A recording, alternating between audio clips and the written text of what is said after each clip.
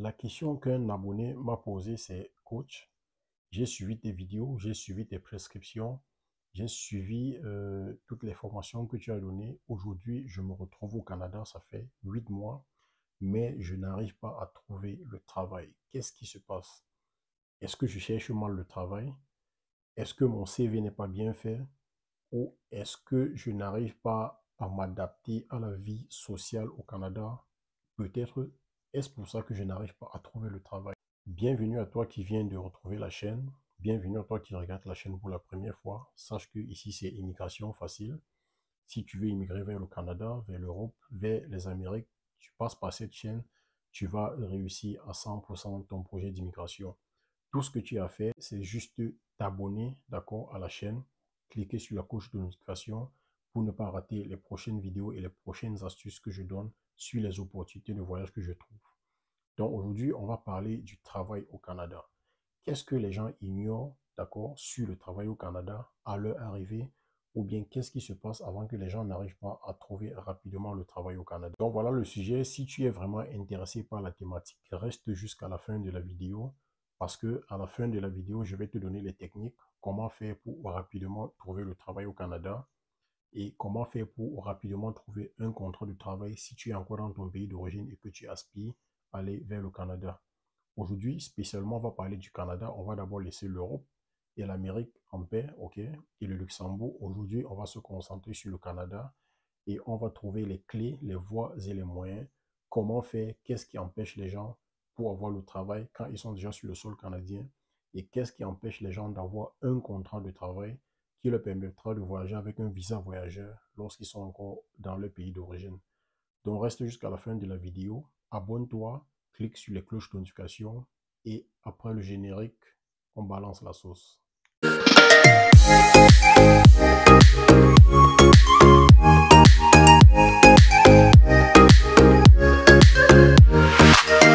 Au Canada, il existe plusieurs types de boulot, ok?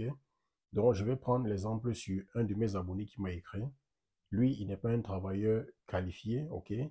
Il est arrivé au Canada avec un visa touriste et il a pu avoir un contrat fermé, ok? Un contrat fermé, c'est un contrat qui te permet juste de travailler chez un seul employeur pour qu'on puisse convertir ton visa visiteur en visa travailleur. Donc, il est passé par là, il a eu le visa travailleur, il a eu la résidence permanente, mais il n'arrive pas, d'accord, après tout ce temps, à trouver le travail, ok? Je vais vous parler de son cas, je ne vais pas prononcer son nom, mais il m'a donné la permission de parler de son histoire pour que tout le monde soit au courant et que ça peut-être ça peut aider ceux qui viendront derrière par la suite et qui éviteront ces pièges et pourront trouver le travail au Canada facilement. Notre ami, on va l'appeler ici Monsieur X, d'accord, n'est pas un travailleur qualifié, mais se permet de chercher les boulots, d'accord, de naviguer de faire des recherches de boulot dans des sections des travailleurs qualifiés, ok? Là, c'est impossible. Au Canada, il existe des travailleurs qualifiés et il existe aussi du travail pour tout le monde, pour ceux qui ne sont pas qualifiés à faire ces boulots-là, ok? Donc, je vais vous prendre un exemple comme dans le bâtiment. Dans le bâtiment, il y a ce qu'on appelle les ingénieurs. Eux, ils sont des travailleurs qualifiés, ok? Et puis, il y a des manœuvres qui peut être une personne lambda qui n'a pas été, qui n'a pas fait des études dans le bâtiment, qui a fait peut-être sciences naturelles et demain, il veut s'en sortir dans la vie et qui se jette dans le bâtiment, ok? Donc là, c'est les travailleurs non qualifiés. Et le travailleur qualifié, c'est l'ingénieur qui a étudié, qui a appris le bâtiment, qui a acquis les connaissances dans ce sens-là. Donc, c'est lui qui est appelé travailleur qualifié et le manœuvre, en quelque sorte, lui, il n'est pas qualifié parce qu'en général, il n'y a pas des études qui te permettent d'être manœuvre. Ok? Aucune étude ne te permet d'être manœuvre. Donc, lui, il se retrouve dans le cas de manœuvre, mais lui, il cherche un peu le travail du genre conducteur de travaux, ingénieur et tout et tout. Donc, premièrement, c'est l'erreur qu'il est en train de faire. Et c'est pour dire à tous ceux qui viennent derrière, en quittant vos pays d'origine, il faut que chacun connaisse, d'accord, son niveau, que chacun connaisse dans quel sillage il se trouve et comment. Et quand vous connaissez dans quel sillage vous vous trouvez, ça vous permet de mieux cibler, d'accord, les lieux de recherche de vos emplois.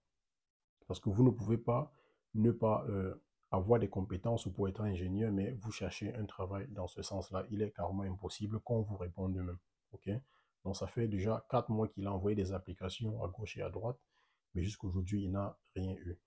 Je vais vous prendre un exemple, par exemple, sur un électricien qui a fait l'université, qui est travailleur qualifié dans son pays d'origine et qui veut immigrer vers le Canada. S'il vient avec un visa travailleur qualifié, il peut directement appliquer dans des grandes boîtes où il va travailler comme ingénieur, conducteur de travaux. Et ce qui est sûr, il trouvera le travail au bout de 2 semaines, 3 semaines. OK? Donc, c'est la réalité que les gens refusent de comprendre parce que je sais que les agences d'immigration qui vous font partie de vos pays d'origine vous expliquent bien cela, mais la majorité de personnes refusent de comprendre. OK? Donc, si tu quittes ton pays d'origine et que tu n'es pas déjà à la base travailleur qualifié ou bien tu n'as pas quelque chose qui prouve que tu as étudié dans le domaine où tu veux appliquer au Canada, sache que tu es travailleur non qualifié. Tu peux juste faire des petits boulots comme être manœuvre, comme travailler à la chaîne, comme être chauffeur, conducteur et tout et tout. Et même au niveau de conducteur, il y a des gens qui sont qualifiés parce qu'on a ce qu'on appelle les conducteurs professionnels. C'est ceux qui conduisent les grands camions de livraison, les camions poids lourds. Je crois que ces formations vont de 2 à 3 ans, d'accord, pour être chauffeur de poids lourd au Canada. Et c'est aussi quelque chose qui rapporte beaucoup d'argent, ok? Donc, si une fois vous arrivez au Canada et que vous êtes travailleur non qualifié, quand je dis non qualifié, ça ne veut pas dire que vous ne savez rien faire. Vous savez bien faire quelque chose, vous pouvez être un bon électricien, mais vous n'êtes pas travailleur qualifié. Vous pouvez connaître l'électricité même plus que celui qui a fait l'école de ça. Mais si vous n'avez pas un diplôme noir sur blanc qui prouve que vous avez étudié dans ce sens-là, je suis désolé pour vous, vous seriez toujours travailleur non qualifié. OK? Donc, pour ceux qui sont dans ce cas, vous pouvez arriver au Canada et au lieu de vous attaquer directement au monde de l'emploi, faites une formation, d'accord, qui va vous permettre d'approfondir vos connaissances en électricité et après plus tard vous lancer sur le marché de l'emploi comme travailleur qualifié. Et dans le travail qualifié, là j'avoue, il y a pénurie de main-d'œuvre parce que la population est vieillissante au Canada, ok? Et on cherche beaucoup de personnes qui vont remplacer ceux qui sont en train de laisser leur poste. Et toi qui es non qualifié, je ne crois pas qu'on va te choisir et laisser quelqu'un qui a fait l'université au Canada et qui a déposé ses diplômes, d'accord, pour travailler à ce même poste-là. OK? Donc, le tout, c'est de commencer à la base. OK? Vous pouvez entrer dans une boîte, d'accord, comme manœuvre, comme manutentionnaire, et vous guettez le babillard à tout moment. Il y a les petits avancements en interne qu'on fait. Vous pouvez postuler à ces avancements, d'accord? Vous pouvez postuler à cette petite formation et tout et tout. Et vous allez grandir dans la boîte un peu jusqu'à devenir travailleur qualifié. OK? Parce qu'au Canada, quand vous travaillez, après chaque 8 mois ou 10 mois, je ne sais pas, on vous remet, un bulletin de conduite.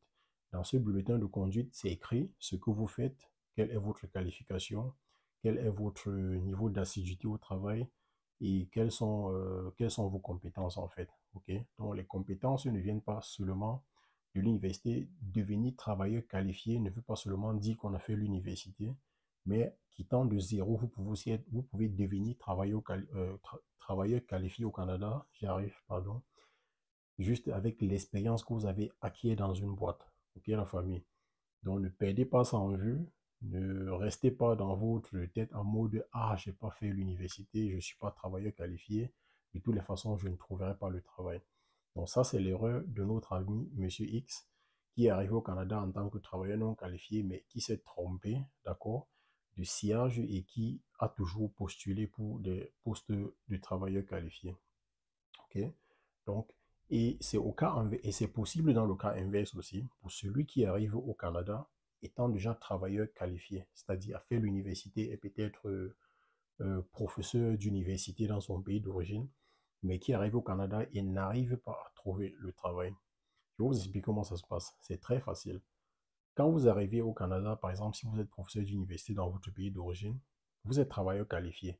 Mais si vous postulez, on ne vous prend pas. Comportez-vous comme un travailleur non qualifié, c'est-à-dire cherchez des petits boulots, le plus petit poste dans une université ou bien dans un lycée ou bien dans un cégep. donner les cours là-bas et prouver que vous connaissez. D'accord? Vous allez vous faire remarquer et le directeur va s'en rendre compte que il va regarder votre CV quand tout le monde va parler de vous. Et c'est là où vous allez grandir dans la boîte. OK, la famille? Donc, ne quittez pas vos pays d'origine en croyant que non, je suis déjà travailleur qualifié. Dès que je vais arriver au Canada, je serai directement directeur général de Alstom ou bien je ne sais pas de quelle boîte. Et il ne faut pas vous mettre ça dans la tête. Au Canada, chacun a sa chance. Tu peux arriver, tu es directement promu, mais dans la majorité des cas, quand on arrive au Canada, on commence du bas et on va très haut. OK, la famille? Donc, ne commettez pas cette erreur que Monsieur X a fait. Arrivez au Canada, ayez confiance en vous et connaissez votre niveau de compétence. Commencez très bas si le haut niveau n'est pas à votre portée et grandissez avec des stratégies que je viens de vous donner. Sur ce, j'espère que vous êtes satisfait de la vidéo et que ça a répondu à plusieurs questions que vous posiez. S'il y a des questions auxquelles j'ai pas répondu, veuillez les poser dans les commentaires et je prendrai soin de vous répondre en vidéo ou bien de vous répondre en commentaire. Sur ce, portez-vous bien et on se dit à la prochaine. Ciao, ciao.